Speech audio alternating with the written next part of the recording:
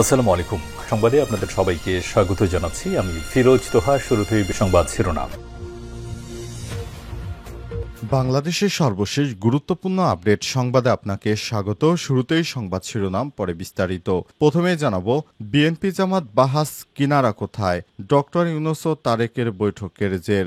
BNP ও জামাতের মনোমালিন্য বা রাজনৈতিক টানাপোড়েন নতুন কিছু নয়। দীর্ঘদিনের আন্দোলন সংগ্রামে মিত্র বড় দুই দলের প্রায় নানা কারণে দূরত্ব তৈরির ঘটনা ঘটছে। আবার রাজনৈতিক কৌশলের অংশ হিসেবে সম্পর্ক উন্নয়নও হয়েছে। সম্প্রতি লন্ডনে বিএনপির ভারপ্রাপ্ত চেয়ারম্যানের সঙ্গে অন্তর্বর্তীকালীন সরকারের প্রধান উপদেষ্টার বৈঠক ঘিরে বিএনপি জামাতের নতুন প্রেক্ষাপট তৈরি হয়েছে, যার কিনারা কোথায় সেটি স্পষ্ট নয়। বিএনপি জামাতের শীর্ষ নেতারা পরস্পরকে নিয়ে তীর্যক মন্তব্য করছেন। জামাতের অভিযোগ, অন্তর্বর্তীকালীন সরকার একটি দলকে বিশেষভাবে গুরুত্ব দিচ্ছে, যেটি কোনোভাবে কাম্য নয়।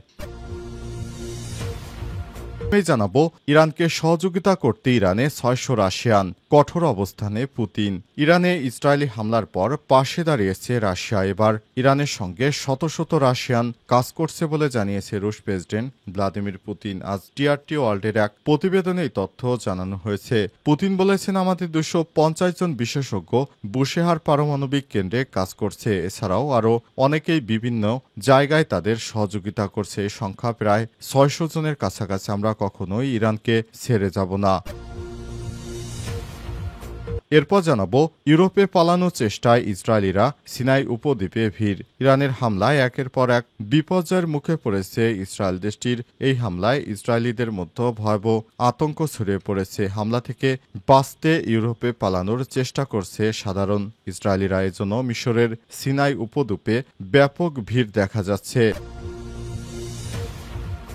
এদিকে এখনও সর্বাধুনিক ক্ষেপণাস্ত্র বেরই করেনি ইরান। ইরানের হামলা মোকাবেলা করতে পারছে না ইহুদিবাদী ইসরায়েল। দেশটির আকাশ প্রতিরক্ষা ফাঁকি দিয়ে মূল ভূখণ্ডে একের পর এক হামলা চালিয়ে যাচ্ছে ইরান। ইরানের এসব হামলায় ব্যবহার করা হচ্ছে অনেক বেশি ড্রোন এবং ক্ষেপণাস্ত্র। তবে আশ্চর্যের বিষয় হচ্ছে, এখনও ইরানের সর্বাধুনিক ক্ষেপণাস্ত্র তারা বেরই করেনি। এরই আগে ইহুদিবাদী ইসরায়েলের অবস্থা খুবই খারাপ হয়ে পড়েছে।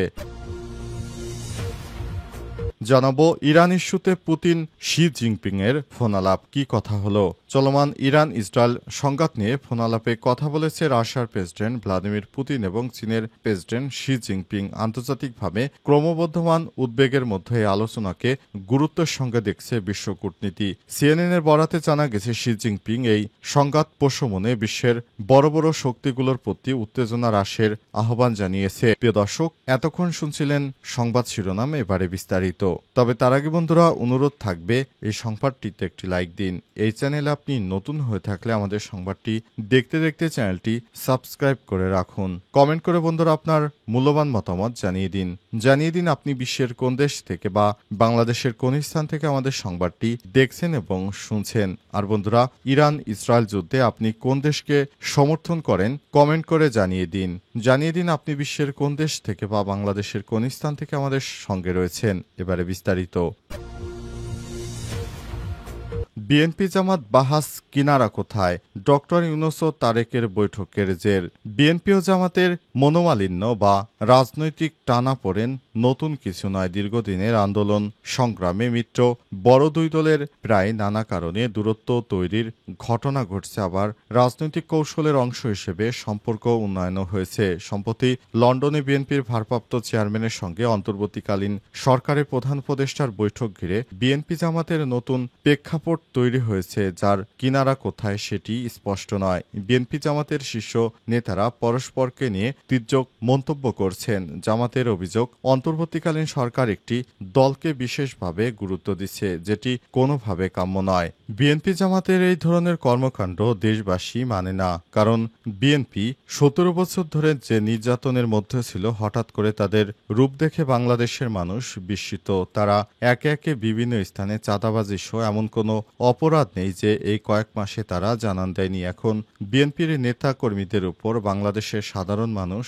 আর ভরসা করতে পারছে না। অনেকেই বলছেন এখনকার যে বিএনপি তার থেকে আগের শেখ হাসিনা সরকারই অনেক ভালো ছিল।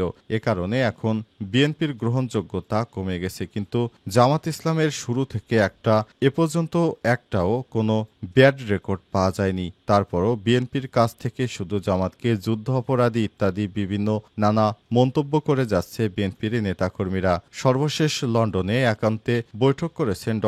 মোহাম্মদ ইউনূস ও তারেক রহমান। এই বৈঠকের বিষয়টি ভালোভাবে নেয়নি জামাত ইসলাম। এ কারণে জামাত ইসলামের পক্ষ থেকে বারবার এই বিষয়টি নিয়ে সরকারকে হুঁশিয়ারি করা হচ্ছে।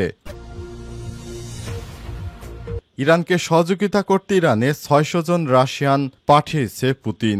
কঠোর অবস্থানে রাশিয়া। ইরানে ইসরায়েলি হামলার পর পাশে দাঁড়ানোর ঘোষণা দেয় রাশিয়া। এবার ইরানের সঙ্গে শত শত রাশিয়ান কাজ করছে বলে জানিয়েছে রুশ প্রেসিডেন্ট ভ্লাদিমির পুতিন। আজ টিআরটি ওয়ার্ল্ডের এক প্রতিবেদনে এই তথ্য নিশ্চিত করা হয়েছে। পুতিন বলেন, আমাদের ২৫০ জন বিশেষজ্ঞ বুশেহার পারমাণবিক কেন্দ্রে কাজ করছে। এছাড়াও আরও অনেকেই বিভিন্নভাবে তাদের সহযোগিতা করছে। এই সংখ্যা প্রায় ৬০০ জনের কাছাকাছি। আমরা কখনো ইরানকে ছেড়ে যাব না। রুশ প্রেসিডেন্ট ভ্লাদিমির পুতিন সেন্ট পিটার্সবার্গে আন্তর্জাতিক অর্থনৈতিক ফোরামে SPIIF-কে এক সংবাদ সম্মেলনে ইরানকে রাশিয়ার সমর্থনের বিষয়ে মন্তব্য করেন। তিনি ইউক্রেনে রাশিয়ার মধ্যস্থতাকারী হিসেবে কূটনৈতিক প্রচেষ্টার জন্য তুর্কি প্রেসিডেন্ট রিসেপ তাইপ এরদোয়ানকে ধন্যবাদ জানান। এদিকে ইরানের পরমাণু প্রকল্পকে রক্ষা করার জন্য প্রস্তাব দিয়েছে রাশিয়ার প্রেসিডেন্ট ভ্লাদিমির পুতিন। তিনি বলেছেন, ইরানের সঙ্গে রাশিয়ার সম্পর্ক ভালো, তাই আমরা ইরানকে একটি প্রস্তাব দিয়েছি। যদি ইরান চায় তাহলে রাশিয়া ইরানের পরমাণু প্রকল্পের কাজ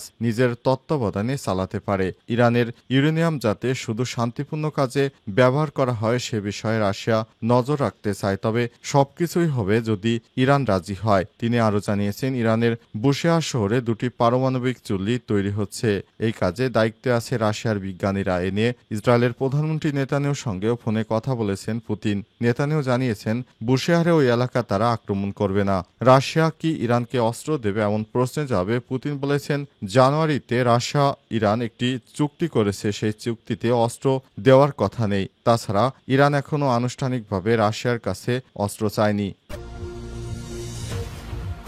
ইউরোপে পালানোর চেষ্টায় ইসরায়েলিরা সিনাই উপদ্বীপে ব্যাপক ভিড়। ইরানের হামলার ভয়ে একে একে বিপর্যয়ের মুখে পড়তে শুরু করেছে ইসরায়েলিরা। এ কারণে বিপর্যয়ের মুখে পড়ছে ইসরায়েল। দেশটির হামলায় ইসরায়েলিদের মধ্যে ভয়াবহ আতঙ্ক ছড়িয়ে পড়েছে। হামলা থেকে বাঁচতে ইউরোপে পালানোর চেষ্টা করছে ইসরায়েলিরা। এজন্য মিশরের সিনাই উপদ্বীপে ব্যাপক ভিড় লক্ষ্য করা গেছে। আজ তেহরান টাইমসের এক প্রতিবেদনে এই তথ্য জানানো হয়েছে। ইসরায়েলি গণমাধ্যমের খবর অনুযায়ী ইরানের ক্ষেপণাস্ত্র হামলা থেকে বাঁচতে ইউরোপে পালানোর চেষ্টা করছে ইসরায়েলিরা। জন্য তারা মিশরের সিনাই উপদ্বীপে ভিড় করছে। হিব্রু সংবাদপত্রের বিবৃতিতে প্রতিবেদনে বলা হয়েছে, ইসরায়েলের এক নাগরিক বলছেন, আমি বরং মরুভূমির বিপজ্জনক যাত্রায় অংশ নেব, কিন্তু দখলকৃত অঞ্চলে আর থাকব না।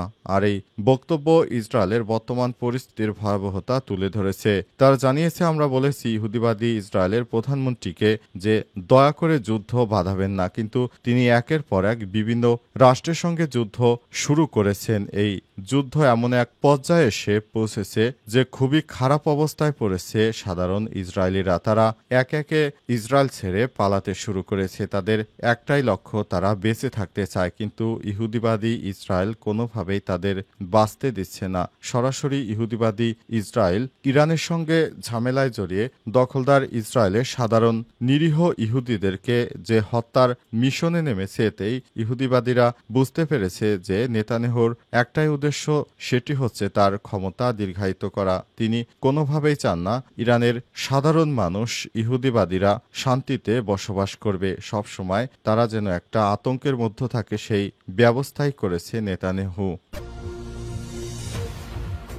এখনও সর্বাধুনিক ক্ষেপণাস্ত্র বের করেনি ইরান।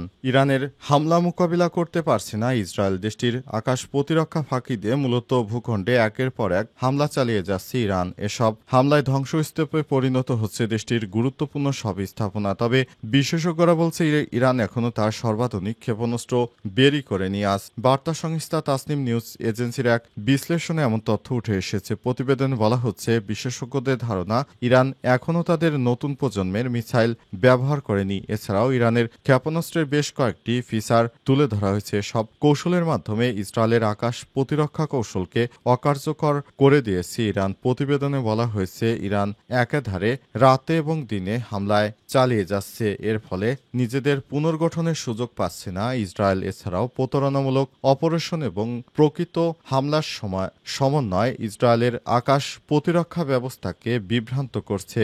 ইসরায়েলে হামলায় ব্যালিস্টিক মিসাইল এবং সুসাইড ড্রোন সহ বিভিন্ন অস্ত্র ব্যবহার করছে ইরান। এমনকি তাদের ক্ষেপণাস্ত্রগুলো থার্ড আয়রন ডোম এবং ডেভিডস স্লিংয়ের মতো আধুনিক প্রতিরক্ষা ব্যবস্থাকে ভেদ করতে সক্ষম। ফলে ইসরায়েলের নিরাপত্তা নিশ্চয়তা হারিয়ে গেছে। এখন থেকে ইসরায়েল আর নিরাপদ কোনো রাষ্ট্র নয়। এ কারণে ইসরায়েল ছেড়ে পালাতে শুরু করেছে সাধারণ জনগণ। তাদের একটাই কথা, আমরা এই ইহুদিবাদী ইসরায়েলের প্রধানমন্ত্রী বেঞ্জামিন নেতানিয়াহুর সঙ্গে আমরা আর থাকতে চাই না। তাকে ছাড়া আমরা অনেক ভালো থাকব। এ কারণে আমরা ইসরায়েল ছেড়ে চলে যেতে চাই। তারা ইউরোপের বিভিন্ন রাষ্ট্রে এখন বসবাস করতে চাইছে। কারণে তারা ইসরায়েল ছেড়ে পালানোর সিদ্ধান্ত নিয়েছে। ইহুদিবাদীরা এখন ইসরায়েল ছেড়ে ইউরোপের বিভিন্ন রাষ্ট্রে তারা তাদের নিজ নিজ যোগ্যতায় পালাতে শুরু করেছে। অনেকে কঠিন মরুভূমির পথও বেছে নিচ্ছে।